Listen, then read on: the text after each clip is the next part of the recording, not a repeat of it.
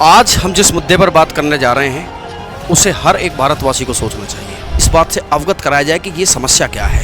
इस इमेज में देखिए आप, बिल्कुल मानवीय बस्तियों के नज़दीक ही आग लगी हुई है। अगर आप पूरी दुनिया में कहीं भी रहते हो और आप ऐसी घटनाओं का सामना करते हैं तो मुझे लगा कि ज़रूरत है इस बात की कि इस बात से अवगत कराया जाए।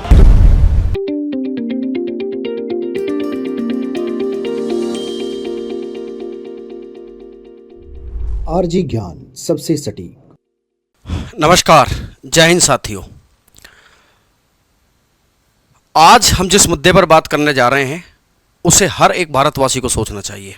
भारतवासी नहीं, अगर आप पूरी दुनिया में कहीं भी रहते हो और आप ऐसी घटनाओं का सामना करते हैं तो हमें यह समझना पड़ेगा कि इसके लिए जिम्मेदार कौन। तकनीकी कारण गिनवा देना, भौगोलिक कारण गिनवा देना कि ये नहीं हो रहा है, वो नहीं हो रहा है, वजह पाओगे तो हम पाएंगे कि कहीं ना कहीं ये सब हमारी ही देन है। इस बात पर हमें ज़रूर सोचना चाहिए कि आखिरकार ऐसा क्यों हो रहा है। एक्सक्यूज़ेस देना बड़ा आसान होता है, लेकिन आखिरकार में जब हम उसके जड़ में जाते हैं तो पाते हैं कि उसके लिए जिम्मेदार केवल मानव है, जिसने इतना प्रकृति का दोहन कर दिया है कि अब शायद वो बदला लेने पर उतारू है। बिल्कुल सही समझ रहे हैं आप। आज हम बात करेंगे उत्तराखंड के जंगल और पहाड़। मैं भी कुछ दिन पहले घूमने गया तो मैंने इस आग को देखा। अभी हमारे रिलेटिव गए थे, उन्होंने भी एक फ़ोटो भेजा। तो मुझे लगा कि ज़रूरत है इस बात की कि इस बात से अवगत कराया जाए कि ये समस्या क्या है और इसके लिए हम कहाँ जिम्मेदार हैं, प्रकृति कहाँ जिम्मेदार है। हालांकि वीडियो के आखिर तक आते आते आप ये समझ जाएंगे कि जिम्मेदार कोई नहीं, जिम्मेदार केवल हम हैं। प्रकृति के साथ खिलवाड़ करने से प्रकृति का ये बदला है हमारे प्रति। क्या है जंगल की आग, क्यों लगती है, क्या इसके नुकसान हैं और इस पर कैसे काबू पाया जा सकता है, इन सब बात हमारे चर्चा के विषय में है। उत्तराखंड तो केवल आप ये समझ लीजिए कि आपको टॉपिक समझाने के लिए ऐसी घटनाओं का सामना अभी आज ही के न्यूज़पेपर में पढ़ रहा था कि सोलन में भी ये समस्या हो रही है हिमाचल प्रदेश के। क्यों लगती है जंगलों की आग, क्या होती है, आज हम इसी बारे में बातचीत करने जा रहे हैं। प्यारे दोस्तों, जंगल की आग क्यों लगती है, क्या है, आप इस चीज़ को ज़रा समझिए। यह मामला और अधिक भी चर्चाओं में तब आया जब सुप्रीम कोर्ट को भी इसमें एक्शन लेना पड़ा। उन्होंने कहा कि पुष्कर सिंह धामी जो उत्तराखंड के सीएम हैं कि धामी सरकार कर क्या रही है, क्यों इस पर एक्शन नहीं लिया जा रहा, क्या हम केवल इंद्रदेव के भरोसे हैं। अब इंद्रदेव के भरोसे भी आप हैं क्यों? इंद्रदेव मतलब बारिश के भरोसे। भैया बारिश के भरोसे रहने लायक तो आपने खुद इतना डिस्टर्बेंस कर दिया है कि आप बारिश के तो क्या भरोसे रह सकते हैं। वो तो ऊपर नीचे अब एक पैटर्न सा बन गया है। बारिश लेट आती है तो लोगों ने ये मान लिया कि नहीं नहीं, अब तो बारिश यहाँ लेट ही आती है।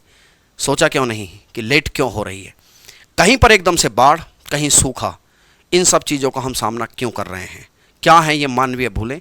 इस वीडियो में आज हम ये सब चीज़ें जानने की कोशिश करेंगे और क्या होती है जंगल की आग। ठीक है, एक बड़ा लंबा चौड़ा क्षेत्र इस फायर का शिकार हो चुका है।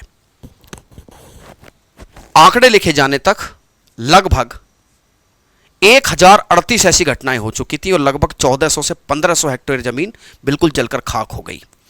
5 लोगों ने अपने प्राण गंवाए और बहुत सारे लोग इसमें घायल हुए। आप देख सकते हो कि ये उत्तराखंड के सब जिले हैं, अल्मोड़ा, एक बागेश्वर, पौड़ी, चमोली, पिथौरागढ़, देहरादून, यहाँ सब आप इस फायर को देख सकते हो। इस इमेज में देखिए आप, बिल्कुल मानवीय बस्तियों के नज़दीक ही आग लगी हुई है। खतरा तो है, लेकिन खतरा क्यों है, कौन जिम्मेदार है, इंसान, प्रकृति या उत्तराखंड की सरकार या हम सब मिलकर। और मुझे कहने में कोई हिचक नहीं है, या वो सब टूरिस्ट जो इन पहाड़ों की खूबसूरती निहारने जाते हैं लेकिन इनकी खूबसूरती को बिगाड़ के चले जाते हैं। कौन जिम्मेदार है, सोचिएगा ज़रूर। और वीडियो देखने के बाद मुझे अपने कमेंट सेक्शन में ज़रूर इस बात को राय रखिएगा कि क्या जो मैं कह रहा हूँ कि कौन जिम्मेदार है, किन्होंने लोगों ने इस खूबसूरती को बिगाड़ दिया है, मुझे ज़रूर बताइएगा। चलिए आगे बढ़ते हैं। तो साहब लगभग 1500 हेक्टेयर ज़मीन बिल्कुल ख़त्म हो गई, बिल्कुल वन संपदा नष्ट हो गई। क्या हुआ, कैसे हुआ, इसी बात पर आज हम चर्चा करने के लिए हैं। क्या है उत्तराखंड में जंगल में आग क्यों लगती है। प्यारे दोस्तों, ये आप एक पेड़ देख रहे हैं जिसे चीड़ का पेड़ कहते हैं। उत्तराखंड के जंगलों का लगभग 16% हिस्सा ये चीड़ के पेड़ हैं। ये पहले नहीं थे, अंग्रेजों ने लकड़ी की चाहत में इन पेड़ों को खूब लगाया। देखिए उस समय तक नई बात समझें क्योंकि क्लाइमेट चेंज इतने ज़्यादा नहीं थे और जनसंख्या का दबाव भी उतना ज़्यादा नहीं था इन पहाड़ों पर, तो नहीं चली पता कि इसका कोई क्या समस्या हो सकती है। लेकिन धीरे धीरे बात समझ में आने लगी। ये जो आप चीड़ के पेड़ देख रहे हैं, ये जो चीड़ के पेड़ हैं, और इसी के पास देख रहे हैं आप ये पत्ते जिनको ये महिलाएं ढोकर ले जा रही हैं, ये चीड़ की पत्तियां हैं। पत्तियां ऐसी कि एक चिंगारी से पूरे जंगल में आग फैलाने के लिए काफ़ी हैं, जिन्हें पिरुल कहा जाता है। ये पिरुल, अब चूंकि गर्मियों का मौसम है, गर्मियों के मौसम में होता क्या है कि पिरुल नीचे गिर जाती है, और जब पिरुल नीचे गिरती है तो वो पूरे जंगल पे फैल जाती है। और हल्की सी भी गड़बड़ हुई और इस तरीके से, अरे आपने सुनी भी होगी कि ये खबर जंगल में आग की तरह फैल गई। जंगल की आग तो गुरु वैसे भी तेज फैलती है, और हल्की सी चिंगारी इस आग को फैलाने के लिए काफ़ी होती है। ठीक है, आग लगी, साथ में जो चीड़ के पेड़ होते हैं, अगर आप कभी घूमने गए हैं तो आपने कुछ चीड़ के जंगलों में आपने एक ऐसा पदार्थ निकलता देखा होगा, चीड़, इसके पेड़ को चीरकर यहाँ पर ये लिक्विड इकट्ठा किया जाता है, जिसे लीसा कहते हैं। लीसा, it is a explosive material, मतलब ज्वलनशील है, फ्लेमेबल है एकदम। ये इसमें आग बहुत तेजी से फैलती है। तारपीन का तेल बनाने के काम आता है, जो राजस्व विभाग है, राजस्व विभाग को इससे ठीक ठाक आमदनी होती है। तारपीन का तेल बनता है इससे, इस लीसा से। तो ध्यान रखना, सबसे बड़ी वजह है ये चीड़ के वृक्ष, और चीड़ के वृक्ष की ये पत्तियां, जिन्हें पिरुल कहा जाता है, और उसके बाद चीड़ के पेड़ से निकलने वाला ये लिक्विड, जिसे लीसा कहा जाता है, इससे तारपीन का तेल बनता है। तो चीड़ का जो पेड़ है, चीड़ के पेड़ के फायदे मैंने आपको बताया, लकड़ी का तो काम होता ही है, इससे लीसा निकाला जाता है, तारपीन का तेल इससे बनता है, और 150 से 200 करोड़ रुपए की आमदनी राजस्व विभाग को हो जाती है उत्तराखंड के। नुकसान क्या है? नुकसान साफ है, जंगल की वजह बन रहा है, इसकी पत्तियों से तेजी से आग फैलती है। और चीड़ का सबसे नुकसान जैव विविधता को लेकर। जैव विविधता कैसे?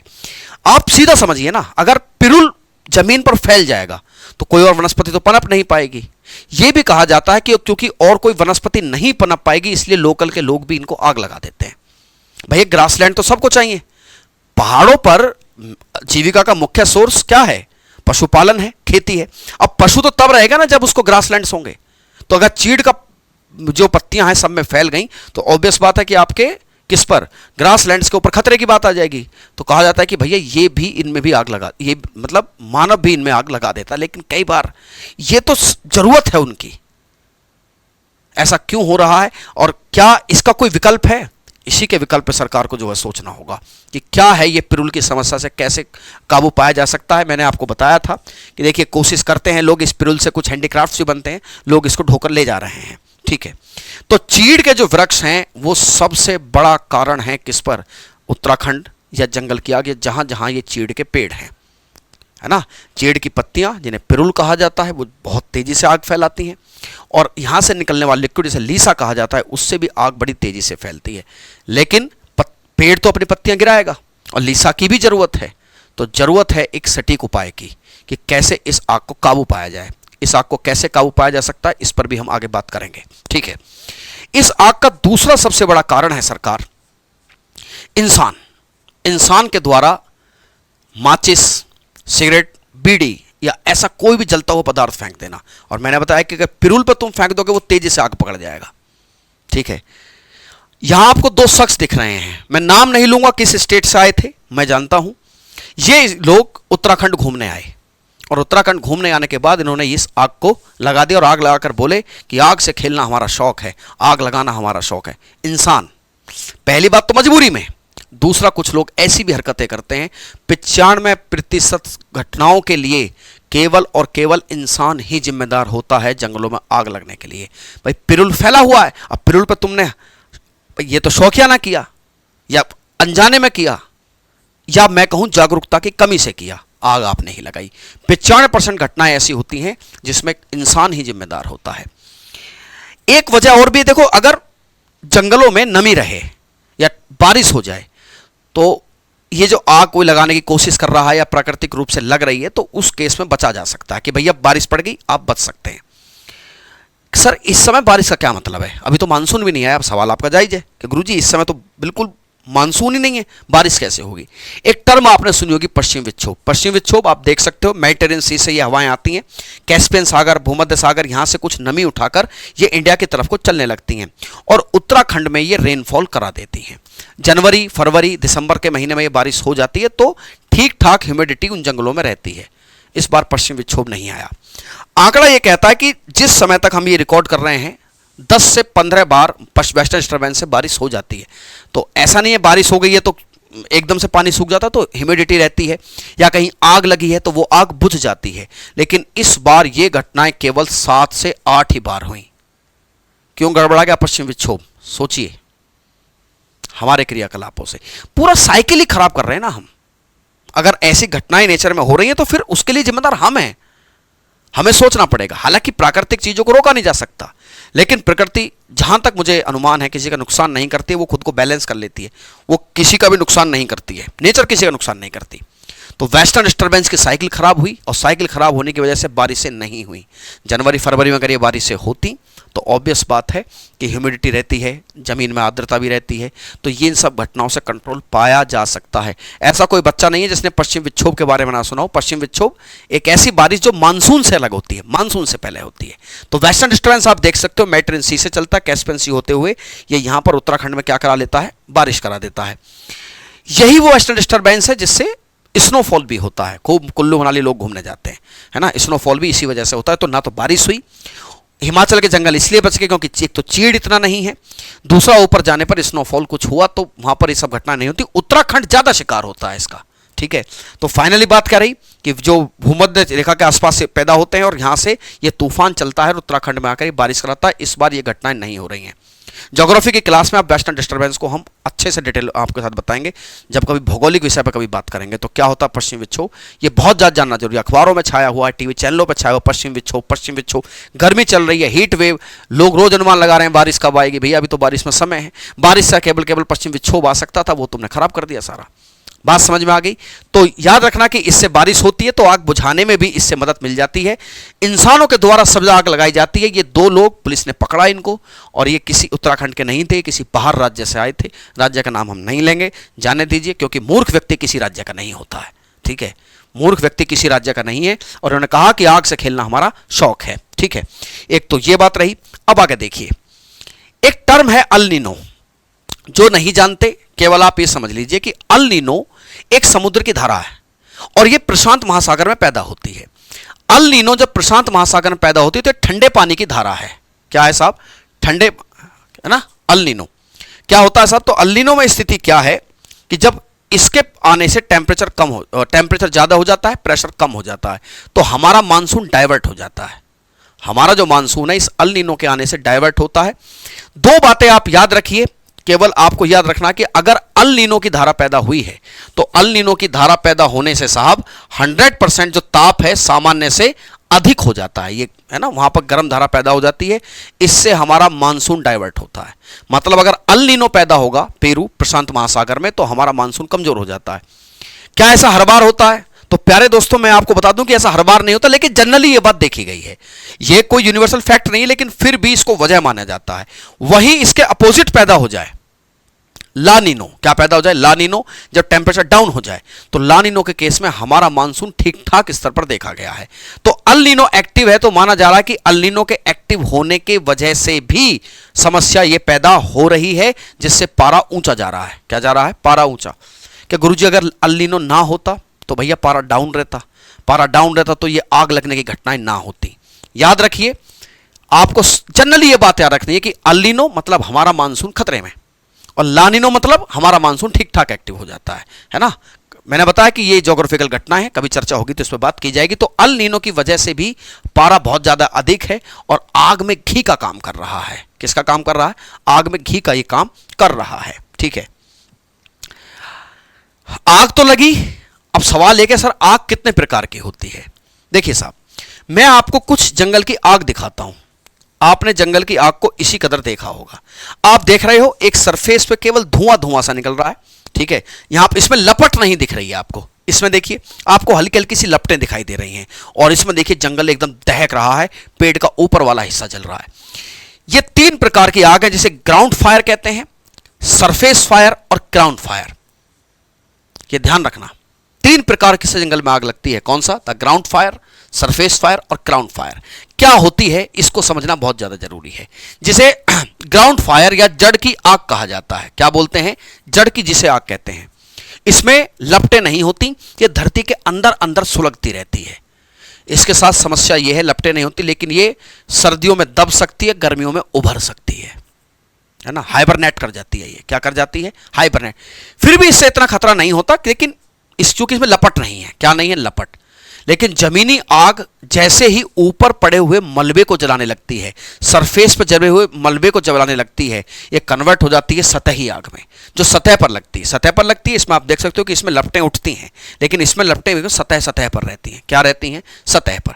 ये अलग नहीं है, इनका संबंध है आपस में, इनका 100% संबंध है भाई आपस में।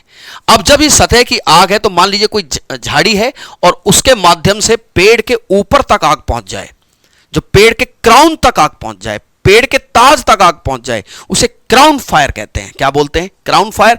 ये बहुत तेजी से फैलती है। पेड़ है, इस पेड़ पे आग लग रही है, इसके जगह इस पे आग लग जाएगी, पूरे जंगल में बड़ी तेजी से ये आग फैलती है, जिसे क्राउन फायर कहते हैं। कई बार सरफेस फायर ही क्राउन फायर के लिए जिम्मेदार होती है। भाई पेड़ के ऊपर से कैसे आग लग जाएगी? सरफेस से ही लगेगी ना। ये सबसे खतरनाक और रौद्र रूप होता है, जिसे क्राउन फायर कहते हैं। तो आप समझे कि 3 तरह की आग है। पहली होती है जड़ की आग, भैया भूमिगत, ये इंटरनल चलती है, ठीक है, इसमें लपटें नहीं होती। फिर धीरे धीरे ये इसकी गर्मी पाकर ऊपर का मलबा जो है जलने लगता है, तो उसे सतह की आग कहा जाता है, ठीक है। ये सतह जो है जमीन की आग के रूप में शुरू हो सकती है और धीरे धीरे सतह तक पहुंचने के बाद ये सतही आग में कन्वर्ट हो जाती है। क्राउन फायर क्या है? जिसमें पेड़ झाड़ियां क्राउन जल जाता है, उसका ऊपर तक पहुंच जाए आग, तो उसे क्राउन फायर कहते हैं। सबसे खतरनाक रूप ये होता है, समझे आप। तो ये कौन सी फायर हुई? The ground fire, surface fire और क्राउन फायर। क्राउन फायर बहुत तेजी से फैलती है, ये पेड़ के ऊपर वाले हिस्सों को जलाती है, नीचे कर जल गई ग्राउंड के अंदर अंदर, लेकिन उसके ऊपर मलबा जला, पहले मलबा जला, वहां धीरे धीरे लपटें उठी और किसी वनस्पति के सहारे से, पेड़ के सहारे से पेड़ के ऊपर वाले हिस्से तक पहुंच जाती है, तो उसको क्राउन फायर कहा जाता है। क्या कहते हैं? Crown fire. The advance through the top of the trees और श्रब्स। तो ये कहां तक पहुंच जाती है? Burn the forest undergrowth and the surface layers, ठीक है। ये ध्यान रखना, ये इस ग्राउंड के नीचे नीचे चलती है। तो ये है आग के प्रकार, आप देख सकते हो। ये क्राउन फायर है सर, ये सरफेस फायर है, और भाई साहब ये ग्राउंड फायर है। कौन सी फायर है? Ground fire. इसमें लपट नहीं है, इसमें हल्के लपटें, इसमें लपटों की संख्या देख सकते हो आप कितनी खतरनाक होती है। इसमें लपटें बहुत शानदार तरीके से चलती हैं। अब सवाल यह है कि कैसे इसको रोका जाए। कुछ तस्वीरें जो बच्चे समाचार पत्र पढ़ते हैं, जो न्यूज़ देखते हैं, एक चीज आप अक्सर देख रहे हैं, एक हेलीकॉप्टर है जो नदी या झील में जाता है, पानी भरता है और उसको पूरी तरीके से छोड़ देता है। किसके ऊपर? आग के ऊपर, जिसे बॉम्बी बकेट कहा जाता है। लेकिन बॉम्बी बकेट से आप कहां तक आग बुझाएंगे? ये तो फिर एक मिशन के लेवल पर चलाना पड़ेगा, तब तो आग बुझ सकती है। लेकिन आग केवल एक जगह नहीं है ना, जंगलों में कहीं ना कहीं हर जगह आग लग रही है। 1000 से ऊपर घटनाएं हो चुकी हैं, 1000 से ऊपर घटनाएं हो गई हैं। तो कहां कहां तक बॉम्बी बकेट काम करेगा? अरे सबसे बड़ा इलाका, सबसे बड़ा इलाज इसका अवेयरनेस है। इसको रोकिए आप, समस्या को होने से रोकिए। समस्या का समाधान आप कैसे कर पाओगे? देखिए, तो बॉम्बी बकेट जो होता है इसमें, लेकिन इसकी समस्या है कि 5000 से केवल 9000 लीटर तक ही पानी इसमें मैक्सिमम आ सकता है। और मेरे प्यारे भाई, आप समझते हो कि आग जब फैलती है ना, तो ये लगता है कि इफेक्टिव होगा, हो सकता है, लेकिन उस स्तर पर नहीं जिस स्तर पर आग फैल गई है, ठीक है। तो पहला है बॉम्बी बकेट, अच्छी टर्म है। आपसे कोई भी पूछ सकता है कि बॉम्बी बकेट के बारे में आप क्या जानते हो, तो उत्तर देना बॉम्बी बकेट मतलब हेलीकॉप्टर से अटैच ये बकेट होती है, इसमें पानी भरा जाता है और उसके ऊपर छोड़ दिया जाता है।